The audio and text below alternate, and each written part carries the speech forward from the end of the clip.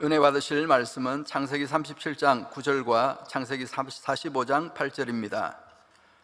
요셉이 다시 꿈을 꾸고 그 형들에게 고하여 가로되 내가 또 꿈을 꾼즉 해와 달과 열한 별이 내게 절하되이다 하니라. 45장 8절 그런즉 나를 이리로 보낸 자는 당신들이 아니요 하나님이시라. 하나님이 나로 바로의 아비를 삼으시며 그 온 집의 주를 삼으시며 애굽 온 땅의 치리자를 삼으셨나이다. 아멘. 영상으로 준비된 금빛 성가대 찬양과 연주 후 당회장님을 대신하여 사청년 지도교사이신 고경아 전도사님께서 그 꿈을 기억하십니까? 제목의 말씀 증거해 주시겠습니다. 사랑하는 성도 여러분, 오늘 말씀의 제목을 보고 그 꿈이라는 것이 무엇을 말하는 것인지 궁금하신 분들이 계셨을 것 같습니다. 어젯밤에 꾼 꿈을 말하는 건지 아니면 마음에 품고 이루고자 했던 꿈을 말하는 건지요. 결론부터 말씀드리면 두 번째가 맞습니다. 주 안에서 하나님 나라를 위해 품은 꿈도 자신을 위해 설정한 꿈도 모두 해당되는 말입니다. 아이들에게 꿈이 무엇이냐 이렇게 물어보면 운동선수, 사장, 연예인 이렇게 나름대로 꿈을 말할 것입니다. 사실 그런데 시간이 지나고 나면 그 꿈을 실제로 이루어내는 경우는 많지가 않습니다.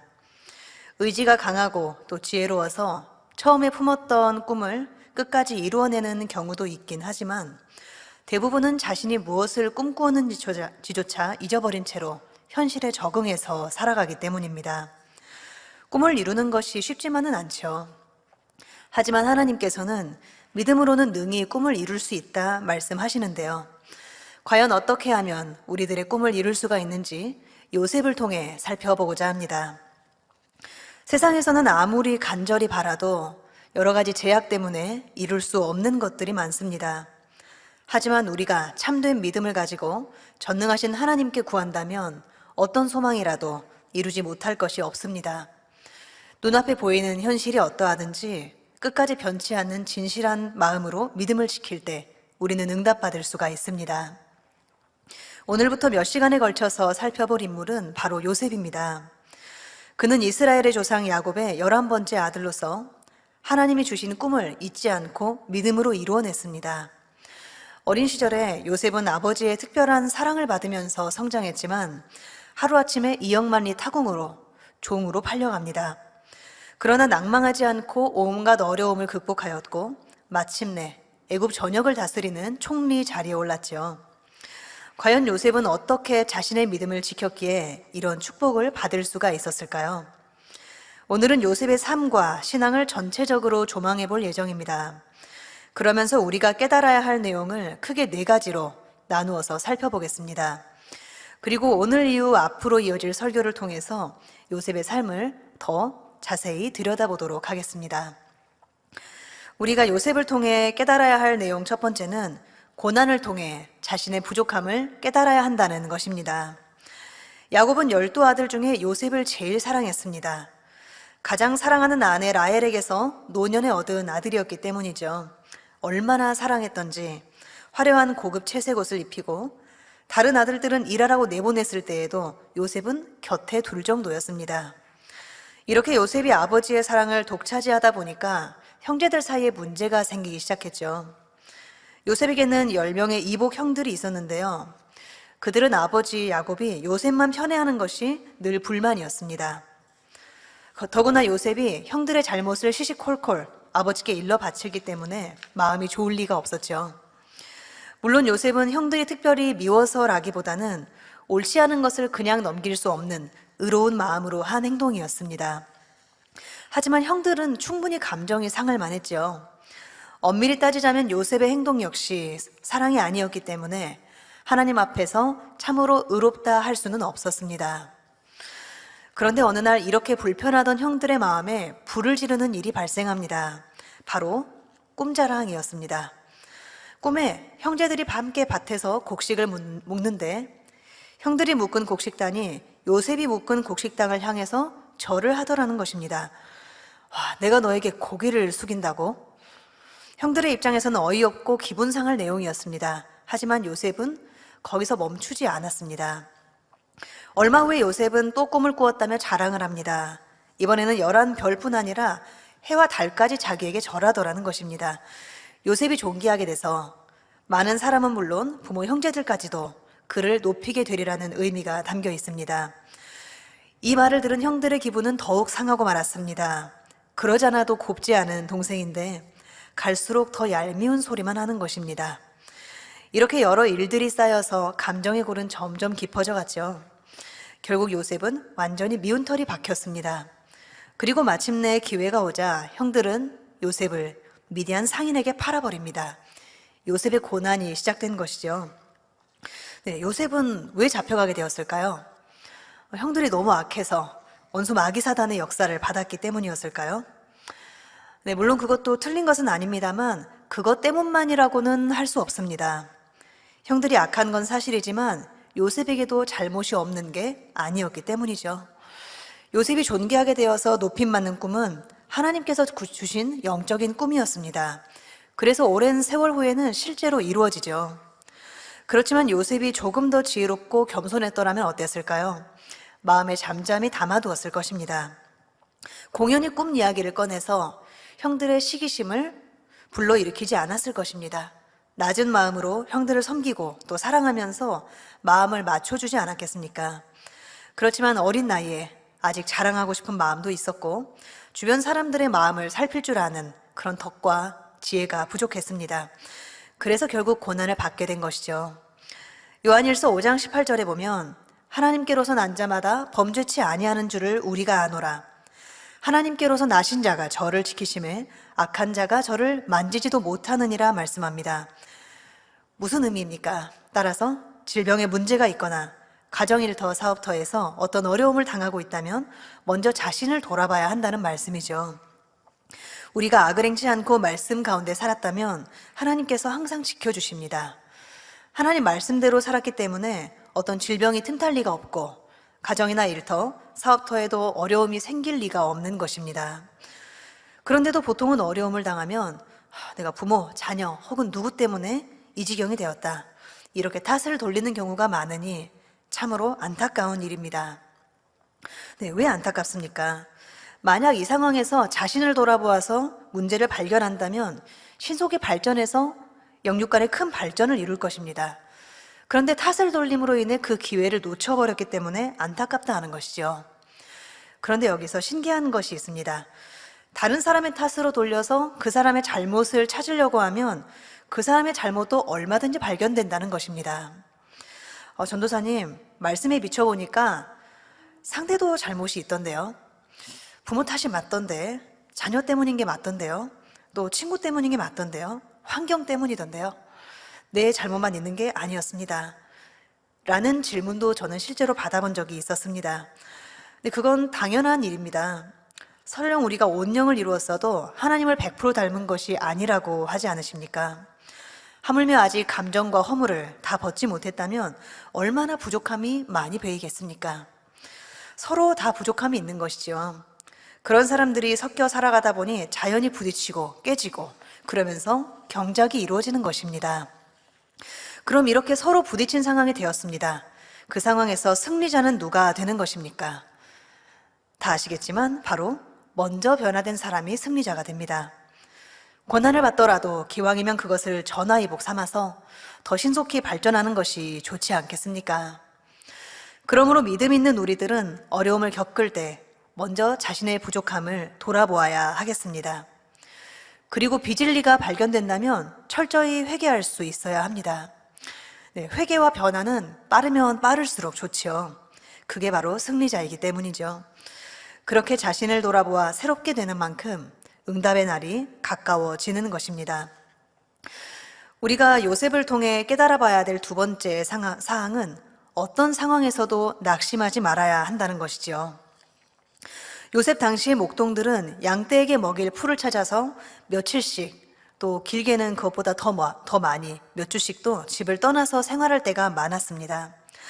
어느 날 요셉은 멀리서 양을 치는 형들의 안부를 살피기 위해서 아버지의 심부름을 갔습니다.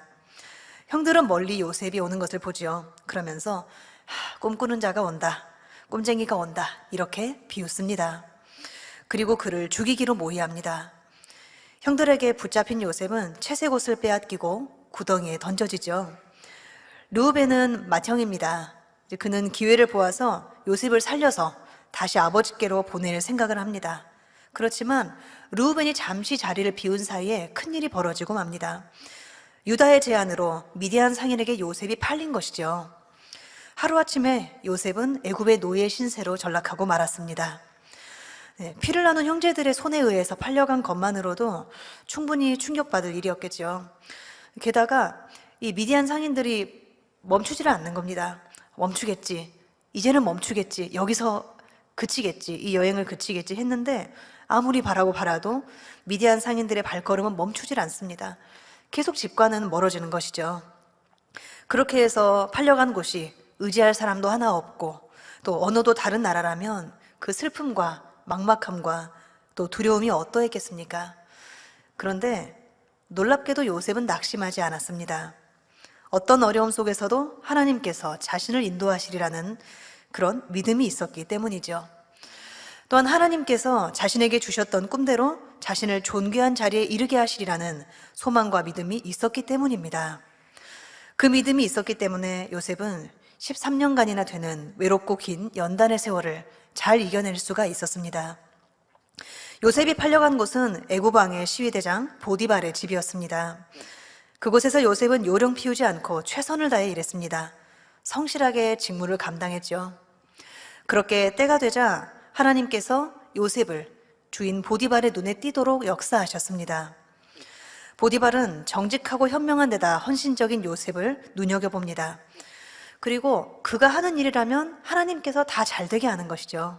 그것을 깨닫게 되었습니다. 이렇게 요셉을 신임하게 된 보디발은 그를 자기 집 재반 사무를 맡아서 관리하는 가정 총무로 세웠습니다. 그런데 요셉의 주인인 보디발의 아내가 용모가 준수하고 아담한 요셉에게 좋지 않은 마음을 품었습니다. 그녀는 요셉을 유혹했지만 요셉은 단호히 거절합니다. 잘 알고 계시는 말씀이 있죠. 내가 어찌 이 큰 악을 행하여 하나님께 득죄하리이까. 그런데도 보디발의 아내는 포기하지 않고 날마다 유혹합니다. 그러다가 한 번은 요셉이 도망하자 앙심을 품고 누명을 씌웠습니다. 오히려 요셉이 자기를 희롱하려 했다가 자신이 소리를 지르니 도망갔다는 것이죠.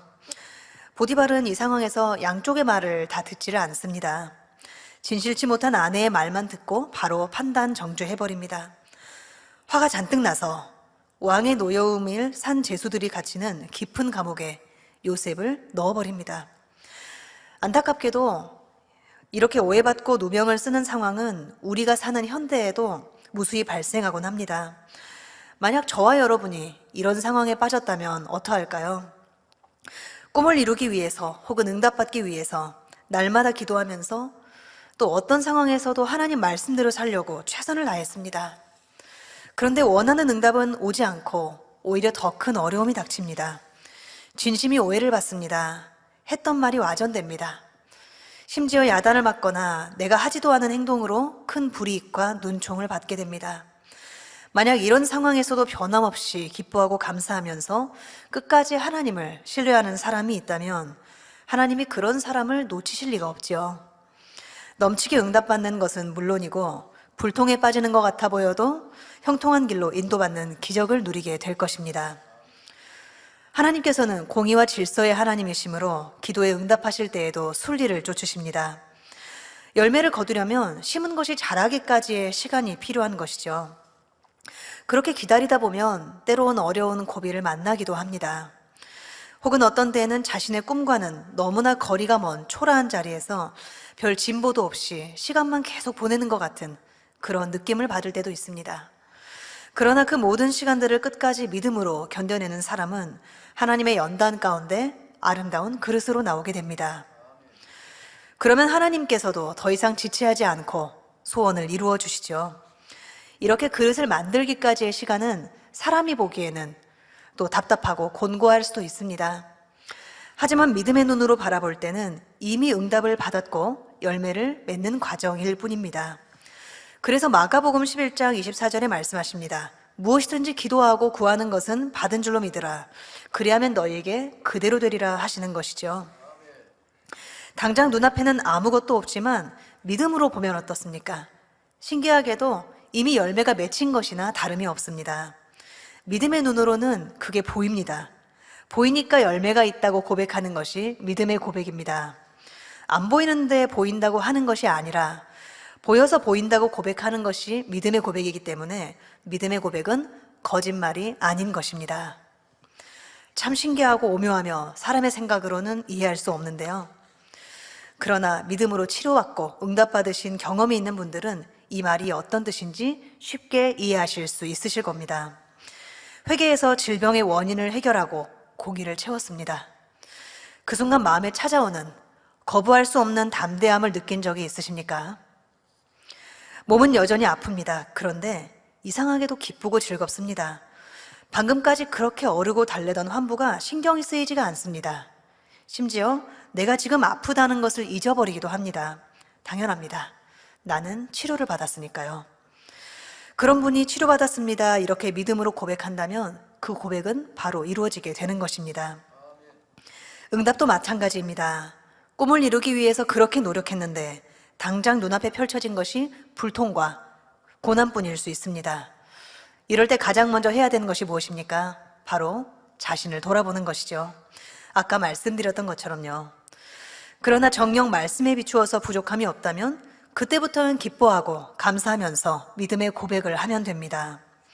진정한 믿음의 고백은 반드시 고백대로 이루어지기 때문입니다. 그래서 요셉은 억울해하지도 어떤 변명을 하지도 않았습니다. 대신 변함없이 믿음으로 꿈을 향해 달렸던 것을 봅니다. 우리가 요셉을 통해서 깨우쳐 봐야 될 세 번째는 참으로 세상 사람의 인정을 받아야 한다는 것입니다. 요셉은 누명을 쓰고 감옥에 갇혔습니다. 그럼에도 불구하고 변함없이 믿음으로 하나님을 의지했습니다. 믿음은 하나님이 가장 좋은 때 응답하실 거야, 이렇게 마냥 기다리기만 하는 게 아닙니다.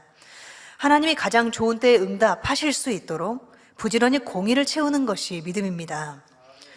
요셉은 주위 사람에게 밝고 성실한 모습으로 섬기고 희생했습니다. 그리고 착한 행실로 빛과 소금이 되었습니다. 그러다 보니 자연스럽게 사람에게도 범사의 사랑과 인정을 받게 되었죠. 그래서 감옥에서도 전옥의 눈에 드는 것을 봅니다. 결국 옥중의 재반 사무를 감당하게 되었습니다. 정녕 하나님을 믿는다면 이처럼 사람 앞에서도 인정받을 만한 행함이 나오는 것이지요. 그러던 어느 날 왕의 술 맡은 관원장과 떡 굽는 관원장이 관직을 박탈당하고 요셉이 있는 감옥에 들어옵니다. 하루는 이들 두 사람이 각각 꿈을 꾸었는데요. 신기하게도 요셉이 해석해준 대로 사흘 뒤에 떡 굽는 관원장은 죽게 되었고 술 맡은 관원장은 복직이 되었습니다. 그로부터 2년이 지난 다음 애굽의 바로가 하룻밤 사이에 이상한 꿈을 두 번이나 겹쳐 꾸는 일이 발생합니다. 각각 흉악하고 파리한 7 암소가 아름답고 살진 7 암소를 먹어버리는 꿈, 그리고 세약하고 동풍에 마른 7 이삭이 무성하고 충실한 7 이삭을 삼키는 꿈이었죠. 고민에 빠진 바로는 그것을 해석해 줄 사람을 찾았습니다. 하지만 하나님이 주신 꿈이므로 애굽의 술객과 박사 중 어느 누구도 풀 수가 없었습니다. 그때 술 맡은 관원장이 요셉을 기억하고 왕에게 추천하였습니다.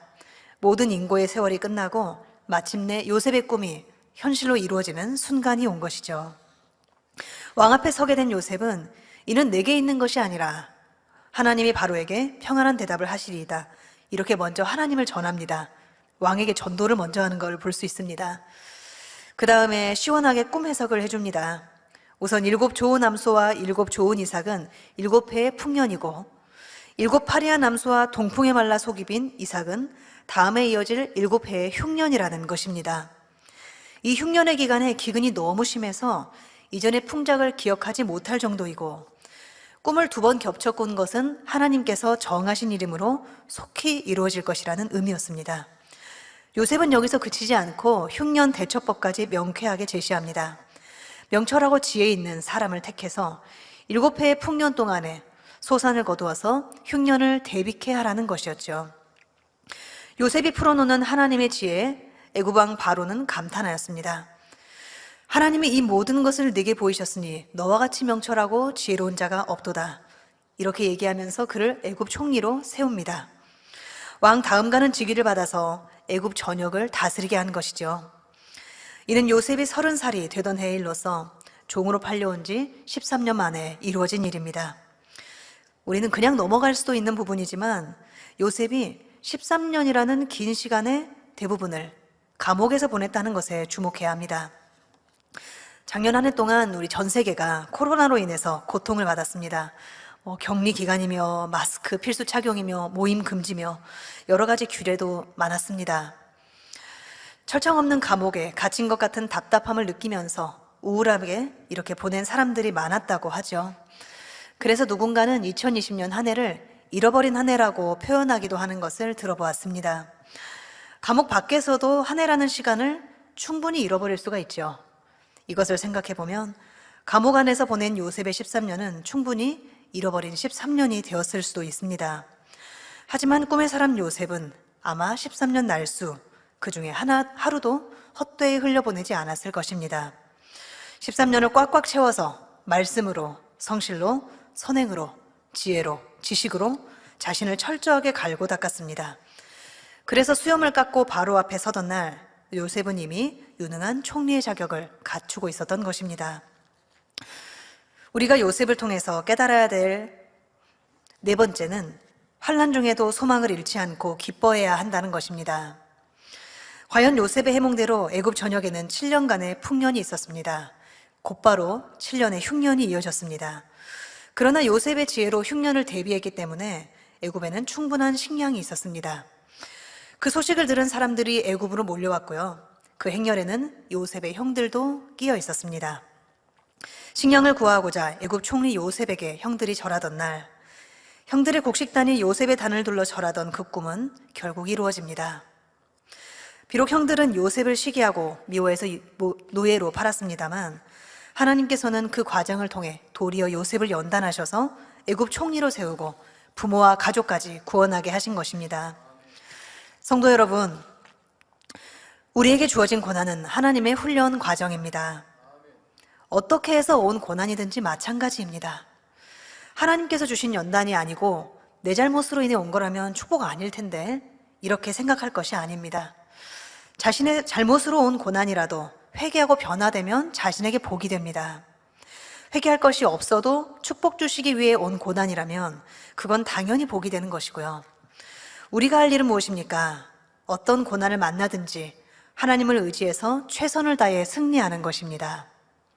그러면 나머지는 하나님께서 하십니다. 요셉도 마찬가지였습니다. 만약 요셉이 연단받는 중에 나는 아무 잘못도 없는데 왜 이런 어려움이 오나 이렇게 원망 불평하면서 성실하지 못했다고 생각해 보겠습니다. 그럼 고생만 할 뿐 아무것도 얻을 수가 없었을 것입니다. 하지만 요셉은 종으로 팔려가고 깊은 감옥에 갇혔을 때에도 꿈을 잃지 않았습니다. 그뿐 아니라 꿈을 향해 한 걸음씩 성실하게 전진했습니다. 그러니 하나님이 요셉을 마음껏 인도하실 수가 있었죠. 요셉을 머리로 세우시기 위해서 합당한 그릇을 만들기 시작하셨던 것입니다. 어떻게 하셨을까요? 요셉은 보디발의 집에서 큰 장관의 가정사를 총괄하면서 인사와 경제에 대한 것을 배웠습니다. 왕의 감옥에서 수감자들을 만나면서는 정치적인 자질을 닦았습니다. 그리고 낮은 자리를 거치면서 더욱 겸비해졌죠. 사랑과 덕을 갖춘 큰 마음을 이루어서 많은 사람을 품게 된 것입니다. 또한 연단을 통해 끊임없이 하나님을 의지하고 교통했죠.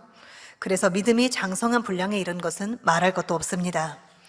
이렇게 믿음으로 하나님의 집중 훈련을 잘 받은 요셉은 자신도 모르는 사이에 온 애굽을 치리할 수 있는 큰 그릇이 되어 있었습니다. 요셉이 겪은 고난은 사실 짧은 시간 동안에 꿈을 이룰 수 있는 축복의 시간이었던 것입니다. 로마서 5장 3절에서 4절에 우리가 환난 중에도 즐거워하나니 이는 환난을 인내를, 인내는 연단을, 연단은 소망을 이루는 줄 알미로다. 이 말씀이 떠오릅니다. 그리고 또한 한 가지 중요한 점이 있었습니다. 요셉이 바로 하나님이 자신에게 주신 꿈뿐 아니라 일찍이 아브라함에게 약속하신 꿈도 굳게 믿었다는 것입니다. 그래서 장차 이스라엘 족속이 큰 민족을 이루어서 가나안 땅에 나라를 세우게 될 때면 자신의 해골도 같이 가져가 달라고 고백했던 것입니다. 한번 하나님이 말씀하신 것은 잊지 않고 명심해서 그대로 믿어드렸던 것이죠. 그래서 약 400년 후에 모세가 요셉의 해골을 취해서 출애굽하게 됩니다. 하나님은 요셉이 변개치 않을 것을 아셨기 때문에 그를 통해서 하나님의 섭리를 이루실 수 있었습니다. 요셉이 존귀한 자가 되는 꿈을 이루시는 동시에 이스라엘 백성 전체에 대한 언약도 함께 이루셨죠. 그 언약은 바로 인간 경작의 섭리를 이루기 위한 것이었습니다.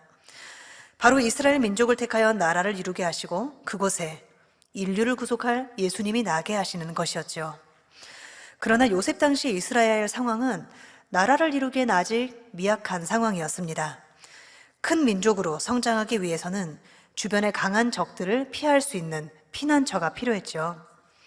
또 그의 시대에 7년 동안 큰 흉년이 들 것이기 때문에 이런 재앙 속에서 살아남기 위해서는 큰 나라 애굽의 식량과 물자가 필요했습니다. 그래서 하나님께서는 먼저 요셉을 애굽으로 보내셔서 총리가 되게 하셨습니다. 또 그를 통해서 이스라엘 족속을 애굽으로 인도해 들이셨습니다. 이로 인해서 7년의 큰 흉년 중에도 이스라엘 족속은 어려움을 겪지 않았고 이후로 400년간 잘 번성할 수 있었습니다. 그래서 출애굽할 즈음에는 한 나라를 이룰 만큼 큰 민족이 되어 있었습니다. 요셉은 이런 하나님의 섭리까지도 이미 알고 있었습니다. 창세기 45장 7절 8절에 고백한 내용을 보면 알 수 있습니다. 하나님이 큰 구원으로 당신들의 생명을 보존하고 당신들의 후손을 세상에 두시려고 나를 당신들 앞서 보내셨나니 그런즉 나를 이리로 보내신 것은 당신들이 아니요 하나님이시라. 하나님이 나로 바로의 아비를 삼으시며 그 온 집의 주를 삼으시며 애굽 온 땅의 치리자를 삼으셨나이다 한 것입니다. 이 고백과 같이 요셉은 하나님께서 주신 축복의 꿈을 굳게 믿어서 결국 이루어냅니다. 뿐만 아니라 아브라함 때부터 자기 민족에게 주신 하나님의 약속도 굳게 믿었습니다. 그래서 장차 자신이 죽은 후에라도 가나안 땅에 들어가는 그 축복에 동참하고 싶다는 그 소망을 내비쳤던 것이죠. 죽음을 맞는 순간의 마지막 유언까지도 오직 믿음의 고백이었던 것을 봅니다. 그것을 보면 요셉이 그의 평생에 얼마나 믿음으로 소망하며 꿈을 이루어왔던 사람이었는지를 알 수가 있습니다. 결론을 말씀드립니다. 성도 여러분, 우리의 믿음의 경주도 마찬가지입니다. 우리가 어떤 응답을 받기 위해서 믿음으로 구합니다. 그것이 정령 믿음으로 구한 것이었다면 하나님께서는 사람이 측량할 수 없는 지혜와 방법으로 우리 삶을 인도해 가실 것입니다. 때로는 절망적인 상황이 닥칠 수도 있습니다. 그러할지라도 변함없이 믿음으로 기도하며 소망을 잃지 않고 성실로 연단을 잘 받아나갈 때 마침내 응답받아서 영광 돌리게 되는 것입니다. 그리고 오늘 말씀을 통해 우리는 어떤 고난을 만나도 자신의 탓으로 돌리고 회개하며 겸비해야 할 것을 깨우쳤습니다. 또한 참된 믿음이 있으면 자신의 기도와 정반대로 펼쳐지는 환경을 만나도 흔들리지 않는다는 것을 알았습니다. 이미 받은 줄로 믿기 때문입니다. 또한 현실에 불만을 품고 대충대충 사는 것이 아니라 성실함으로 사람들 앞에서도 인정받아야 함을 알았습니다.